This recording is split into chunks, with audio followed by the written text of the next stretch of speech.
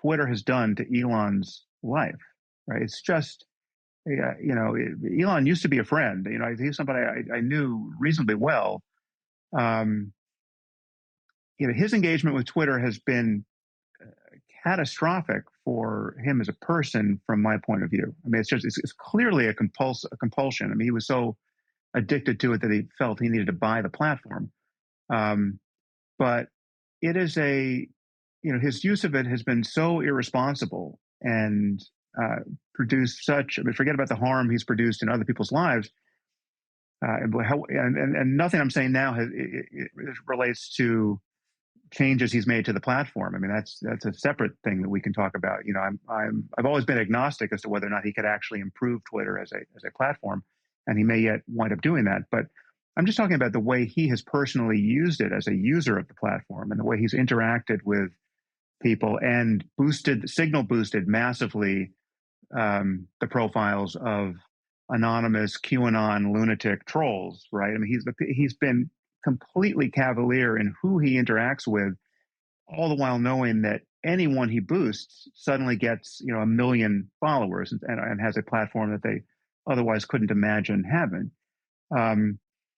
So I look at him and I think, all right, if someone of his talent, who has so many other good things to do with his 24 hours in any given day, is this derailed by this platform? Is using it this compulsively to the obvious degradation of his reputation in most circles that count.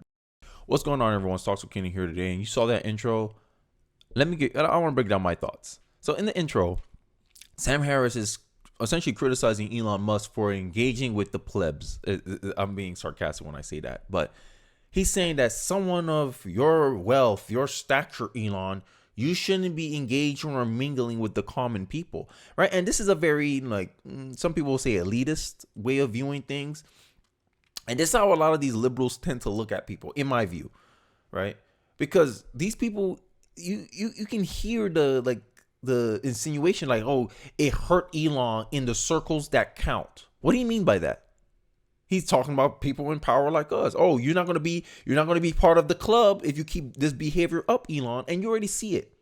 Before Elon went on this political journey on Twitter and started engaging with people on Twitter, he was seen as the darling child of the media. Tesla.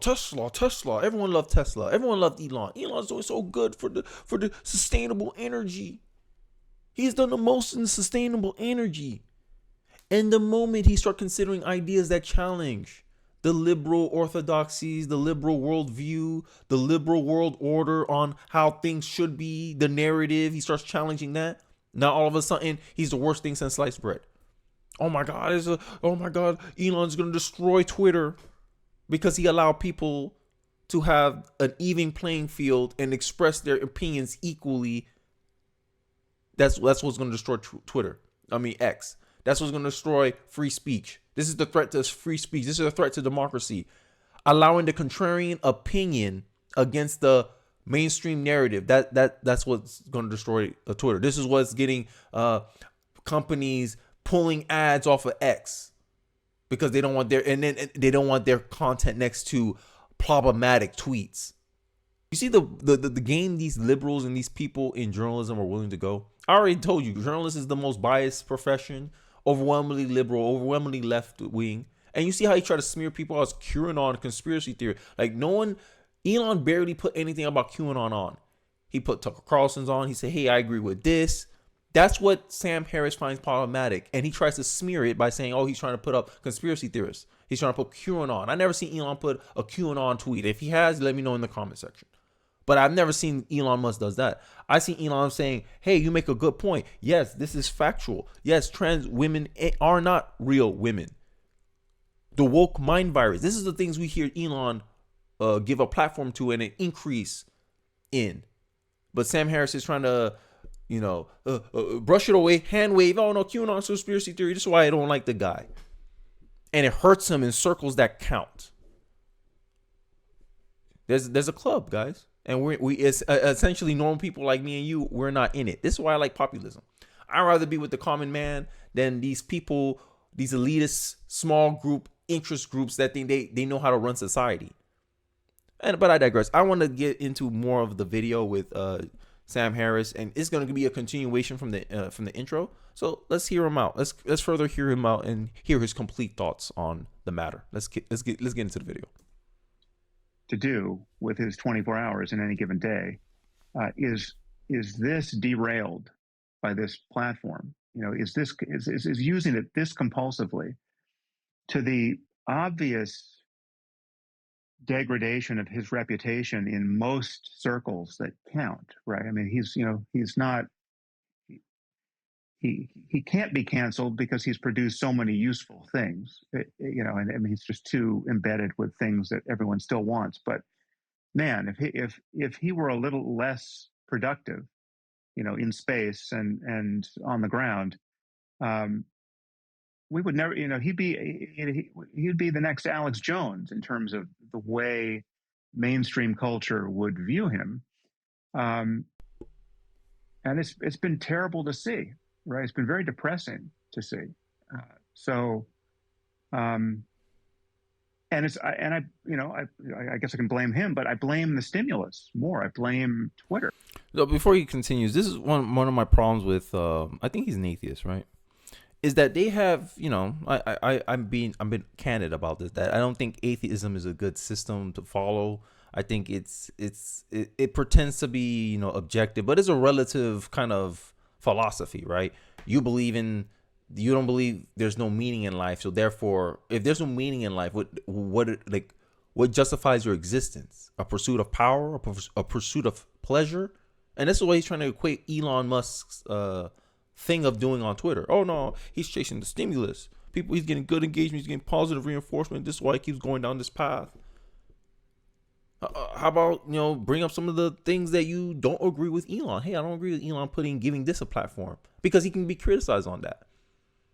And the reason why I say Sam Harris comes across elitist here is that essentially he's saying that, you shouldn't be interacting with these people.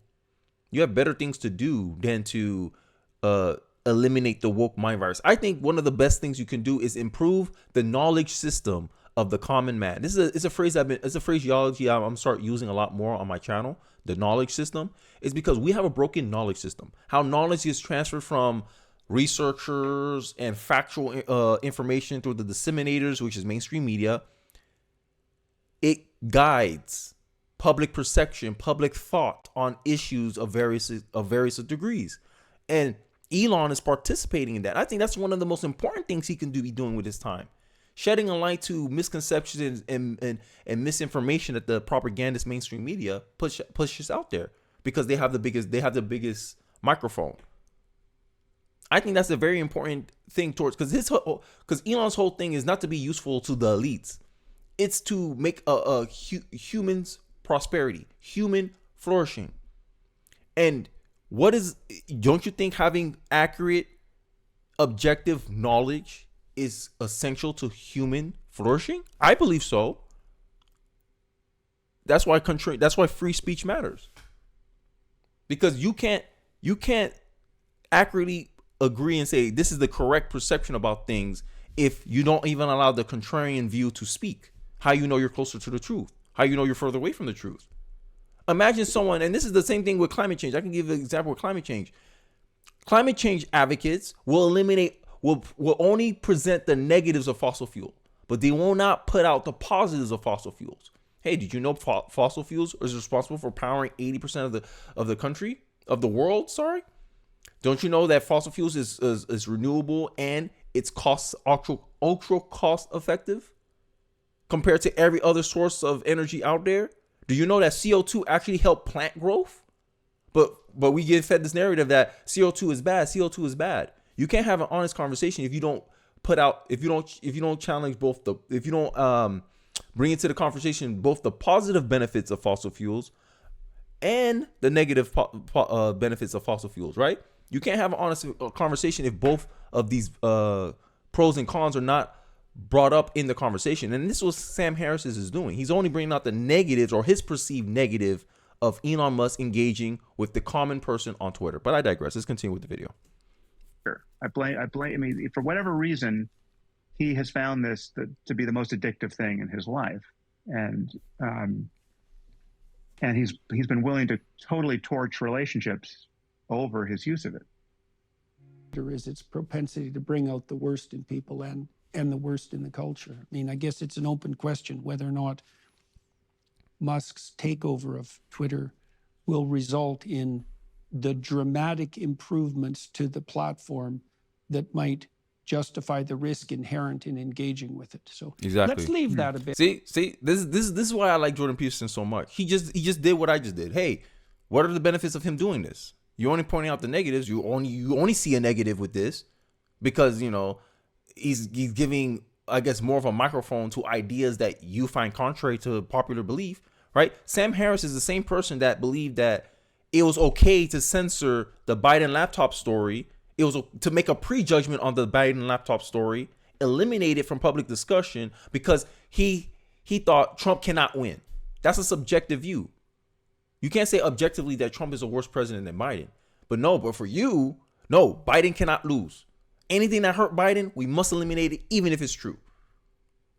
So we're just going to say, hey, that's not credible. It's Russia misinformation, Russia interference. Again, Russia is misinformation.